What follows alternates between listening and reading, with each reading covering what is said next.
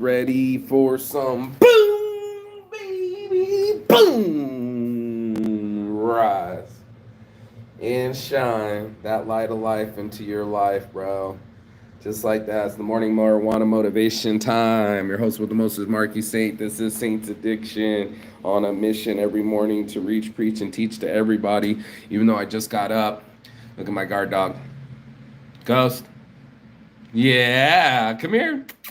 Come here, say hello this morning. He's watching Good Dog.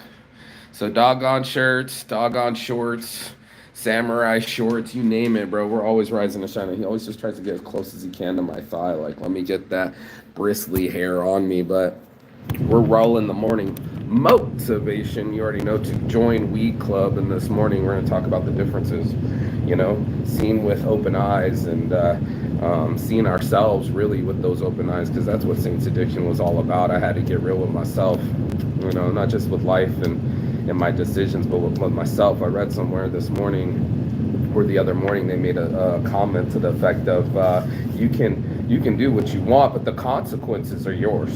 You know what I mean? You can do what you want, but the consequences are also yours as well. Who else is in here? Mr. Moore, day one's first, my guy. Thank you, bro. Thank you.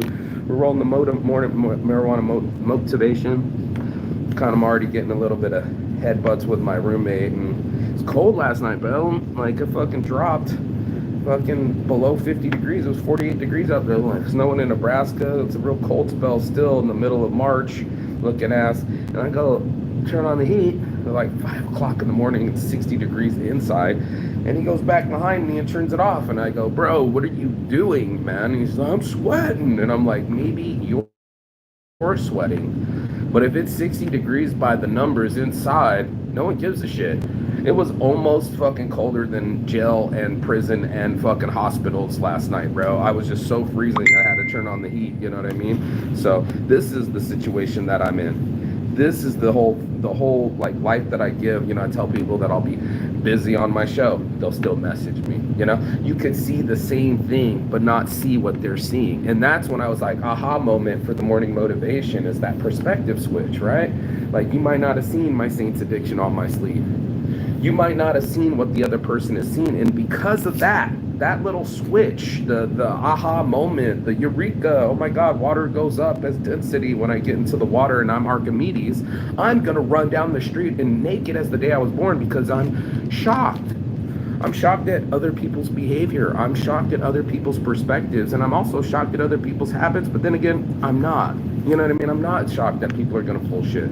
I'm not shocked that people are going to go around shit and pull different habits and have different OCDs. Your boy went around the world for almost 2 years living with other people and finding that 1 plus 1 doesn't equal 1. Left doesn't go right. And sometimes you can go right, but then you go wrong. Like, this is the whole kind of activation of our lives. Get these clips. We need better. The whole activation of our lives is the what kind of bullshit we've been stepping in the whole time. You get raised up with your parents and you're like, okay, that's the way this system is. Then you go out and you see other people's systems. Then you go out further, then you see other people's countries. Then you see other people's customs and you go like, wait a minute, there's some things that you would think are normal or social faux pas to other people. Like, us as Americans, we don't think anything of it to go running around, but we get spotted all the time running around eating food at the same time. Did you ever think that was a faux pas or a social, frowned upon, right? Like, this is a social faux pas for most people in Eastern cultures. Walking and eating is disrespectful. Touching the top of the head's kids are disrespectful, your tone can be disrespectful. And this is why I'm having this conversation this morning, is because, like, everyone to each their own. We all pull shit, bro.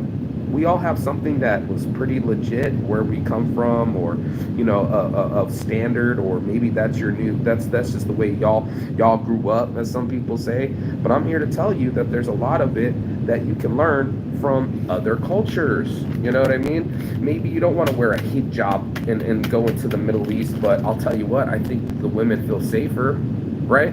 And some people will argue, nah, man, these girls are getting raped. Maybe in India, but I'm telling you right now, it's not a good thing to be in a situation trying to fucking touch someone else's woman in Saudi Arabia or in the Middle East or in a Muslim culture, they protect their women. They actually do. They don't. I mean, our women, they could solicit, show their VJ and JJ and show their whole titties and everything every morning. It's like a whole onslaught. As soon as I wake up, I got a butthole in my face on Instagram. There, you're lucky to see their forehead, bro. I've lived it. You know what I mean? Have you seen an ankle lately, bro? Yeah, man, that's real porno. Yeah, there's just levels to shit that we put things out, and you're like, well, I want the girl to have freedom. Well, now that the guy has the freedom to stare at her titties. If they're not on display, they can't be stared at. If you don't always fucking have some modesty, right, then you leave something for the imagination. And this is what ends up happening. We give it all away and wonder why we have no value, right? Like, you can just keep showing all your goodies for free. Why did nobody buy the cow? Right. And we get in these situations all the time where we're just like, I want him to respect me. I know my worth and what I deserve. And then it was like, I told my friend, I said, Jenny Face, what do you bring to the table?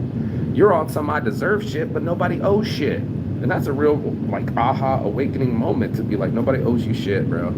You're going to have to crawl into this life with your own perspective and your own attitude. And that's the only thing that you got to adjust. You got to adjust your sails as a good sailor. You know, you don't get to tell the winds what to do. You know, there's so many people that want things to be perfect before they even set sail. I got news for you. It'll never be perfect. It'll never be opportune. Neither will the lover, neither will the opportunity, and neither will the occasion. And we always try to do that. We always try to be like living these perfect lives, or maybe mimic something that we've seen on TV, or pretend that ours isn't real. That's another disservice that we do to ourselves, that we can't see how unrealistic we can be. We can't see how determined that we get on stupid shit. And then now we're so dumb on the stupid shit, we can't reverse it. We've literally bit into it, and now we're stuck in it. We're stuck in our beliefs. We're stuck in our patterns. We're stuck in our fucking, you name it, bro, our habits. And then we're going like, well, why has nothing changed, bro? I looked around and things stayed the same. And it's like, you weren't really looking. Because if you were seeing with all eyes, you would know that you're not staying the same. I look at my high school photos and I'm like, nowhere near the same. You know, nowhere near the same mentality, nowhere near the same body, and nowhere near the same issues that I had as a child, or as an adolescent, or as somebody else that had to learn some lessons. You know, like I know, that they all had to go. And this is why we're arriving to this position right now. If you don't grow, you'll never know. If you don't go, you'll never know. And if you don't be, you'll never have. And this is just what I'm having this conversation this morning. If you don't have a different perspective, then you'll always be right. Expertitis, you know what I mean? Just you're the professional. But I got news for you, bro. You can learn from anyone, any situation, even children. Even babies can teach you humbleness. Prison definitely taught me about endurance. You know, there's some questions and answers that are still coming for us, and we still have to learn it. And you can be a grown-ass body, but you can also be 60 and still learn from a 6-year-old. It happens. Look, that's funny. The dog got up and did downward dog. That's hilarious. Let's go smoke this. Join Weed Club. Thank you for watching. Join Weed Club. Thank you for watching. Yeah, we're going to get this show on the road so that way we don't have the bump heads and the misunderstandings. It's been quite the adventure. I'm still working on the book. I'm on like chapter 6 or 7. Of traveling the world with no money, right? This is my adventure of learning about other people. When you ain't got no money, you ain't got no rights. So then when you go into their hospital or hospitality or into their lives, you got to live like they live. And that drove me crazy. You know what I mean? My homie, here it is right here. I was doing laundry in Finland, and it was getting late because I was catching an airplane. And he was like, you're being disrespectful. You're only allowed to run, you know, the air conditioner or the washing machine or whatever else that people get, you know, tipsy on. He's like, you're waking up the whole neighborhood. And I was shocked. I mean, he was yelling at me, shut the fuck up. Aki, I'm shouting you out, shut the fuck up. Like I was being super disrespectful. And I was like, bro, what if you have to do laundry? What if you get off of work at like 2 a.m. and you're coming back from the motherfucking hustler? You better ask somebody. What's going to happen then? You know what I mean? What's going to happen when you got to come back and show yourself at work, and then all of a sudden you're coming home and you need to do the laundry, or you're going to the airport like I was early in the morning? What are you going to do then? had no answer for me. And I was just like, see, you know what I mean? Like the unreasonableness of that we can be, we're so used to fast delivery, we don't even appreciate when it comes. I promise you, people used to shake hands with the fucking Wells Fargo man. When Wells Fargo used to deliver, he didn't get paid till he delivered the product, and then the stamp got paid. I don't know if most people know how that works, but right. Grateful for the gifts that were given. Grateful that someone delivered it, and grateful that it's even there at any time. But now we'll bitch and moan. It was supposed to be here, and it's the only thing think we have control over. Time or packages. You're dead wrong, bro. Time don't give a fuck about you. Bless up, bro. Time keeps on ticking, even without you. So it's your job with the time that you have to learn as much about yourself, situations, and static, so that way you can have a better life for yourself, man. It's not gonna like it's gonna be perfect. It's not gonna be problem free. Like I said, it even got cold last night. There's no perfect out there for you, bro. So if you're not comfortable being uncomfortable, if you're not okay with examining, if you feel nervous to have someone else do your what's the word when they're doing a how do I want to say this? Not dossier, but when you're reviewing yourself, I guess basically to say it, everybody can be judged. And everybody judges.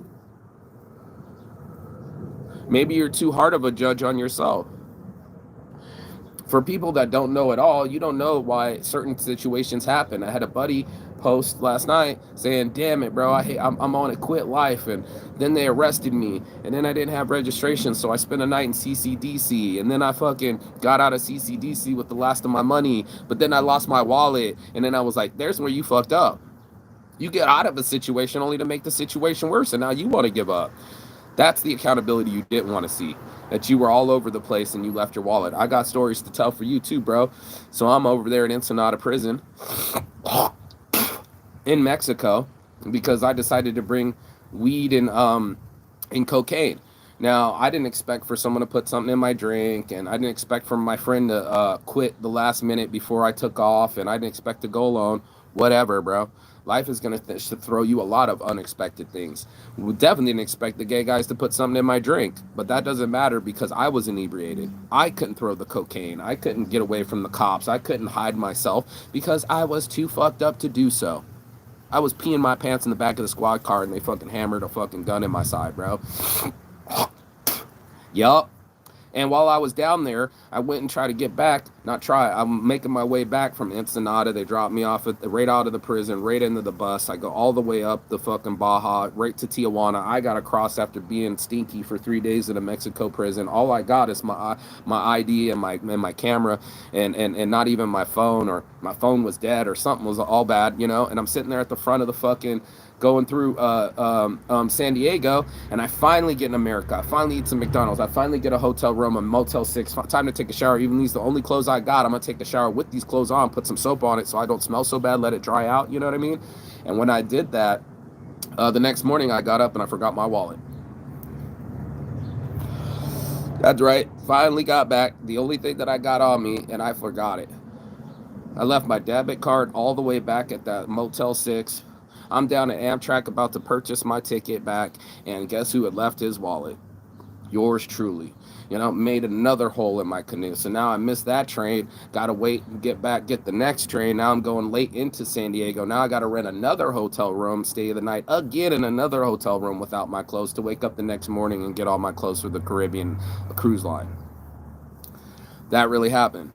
So it's like this, if you're going to have your eyes wide open, see what you do in your situation that makes it worse. A good examiner, a person that's willing to be examined or examine the hypothesis before it's a conclusion, a scientist. If you're going to be science about yourself, call it what it is. Call yourself out, bro. See with your own eyes the shit that you pull. See the ways that you don't compromise. See the ways that you settle. See the ways that keep you comfortable, and see the ways that you are discomforted. We all have them. We all have situations inside where we're like, you know what, this doesn't make me feel comfortable. Maybe it's pushing you further. I know you're not going to feel comfortable on your back if you're a wrestler and it's your first day at fucking jiu-jitsu. It's not comfortable yet. Say that. No, I can't do it. You know what they told him to do? I think it was Tom Segunda or something. When he no, was it who was working out? Jack Black? I don't know. Somebody was working out with the Navy SEALs. Just say, don't say you can't do it. Just say you haven't done it yet. Right? Give your mind the opportunity to surprise yourself. Give yourself some time to change your habits. Sit with some of them. See how long it'll take before you can break them. Just like putting your fucking blunt down. See how long you can do to just sit there and not let it before it blows away. Before you got to hit that next cigarette. And then make it 5 seconds. And then the next time make it 10 seconds. Then make it 20 seconds. Next thing you know, it's 20 days and you're clean.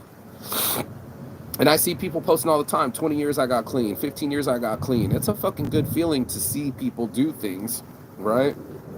I don't know what the fuck this guy's doing. He's backing up on the street, main street. Unless you're parking, which is weird. No, you're not. You just pulled up and just stopped, reversed, and then took off. Weirdo. Stocky behavior. I'm on neighborhood watch, don't mind me. But, you know, I do mind me. You know, I pay a lot of attention to me. Do I get up in the morning and practice gratitude? You know, am I working on my breathing? Do I wait till 3 to eat and keep going with my fasting?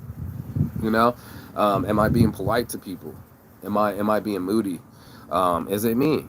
Like, what a great question to ask. You know, what do I bring to the table is a great question to ask, because now I get to ask, what am I actually contributing instead of what am I distributing? And most people, all they do is distribute their bad moods. All they do is distribute their anger. All they do is distribute bullshit. And that's why I call it verbal vomit. It's like, you didn't add shit to none of this conversation. Matter of fact, we're now getting that podcast going. I had to chew the guy out. I said, you made this appointment with me yesterday and then you canceled without a no-show, bro. We don't operate that way. If you got something to say it. And if you say you're going to do it, do it. This is the kind of situation I'm talking about. That kind of self-examination that I can take on some criticism and not take it as critical or personal. What kind of growth, right? Anybody can teach me. I'm down. Children, babies, let's go. Taught me how to change a diaper the other day. Shat on my leg, bro. Like, split pea soup came out the side of the diapers. It exploded all on my fucking jeans. And I was just like, I love children. You know? Like, it didn't even affect me. Now, if it was like, I don't know, I've had monkeys take the shit on me before. That was kind of crazy. What you gonna do? Hit the kid? Hit the monkey? No, man. That's part of life. Sometimes life shits on you. That's why they got washer machines. Right? You know what I mean? Sometimes it rains on you. That's why it's nice to feel it on your skin. You know? And sometimes there are volcanoes, but guess what? That's where some of the best fucking earth on the world is from Hawaii to grow. Volcanic ash. So here we are in this constant cycle of destruction and construction. And that's why I came up with Saint's Addiction, because I knew it wasn't just always going to be saintly, and it can't always be my addictions either. Even those wear out. Yeah, bro, even those wear out. Think how much chocolate cake you can eat. I'll wait. And then I'll wake you up in the morning with another big chocolate cake, and you're like, yeah, I don't want chocolate cake for breakfast. Right? But after dinner, all I can think is chocolate. The cravings switch. You know, I've witnessed myself not crave anymore. You know? Like, maybe not the first thing in the morning, you know, having a cigarette. Maybe that's not me, you know? Maybe coffee ain't me, you know? Maybe sitting ain't me. Maybe the next time I reach for coffee, I put on my tennis shoes. And then the next time I reach for a cigarette, I go outside. And then the next time I want to sit, I go for that walk. And now I'm activated. You know, I'm straight activated. I can move myself. I can move mountains. Actually, why even talk about it? I can go for a walk right now. Ow, just hit that thing on my knuckle. It's already bloody. Owie, owie, owie. But yeah, you can just go for a fucking walk, bro. Just take your ass for a walk. You know, turn this TV off. So, I want to grow. You know, I want to grow. I want to know, why am I like this? Why is it so hard for people to let things go? Why is it so important to you to talk shit to some people? You know?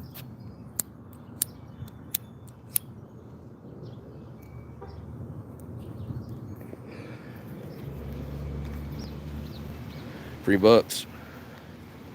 I want to put food in there for Thanksgiving. You know, a free food pickup area. But, you know, it's like that. And that's the way it is. Huh. Even the lilacs are coming out.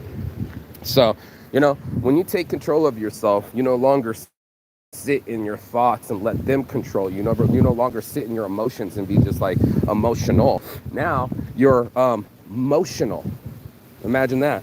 Now you can put that energy into motion and say, you know what? I'm no longer sitting here with my broken heart. I'm going to write some poetry. Gwen Stefani, right? You know what I mean? Would have never got the No Doubt album if she didn't get her heart broken. And most of it is from heartache. I know Saints Addictions from heartache, bro. I was running down the river, literally. When I was thinking about the Russian chick, bro, oh my God, dude, I was just like sprinting and crying and sprinting and crying. I didn't know what to do with myself. I was tossed and fucked off. And that's what we do sometimes. We leave ourselves in a fucked off situation. We wonder, why is it like this?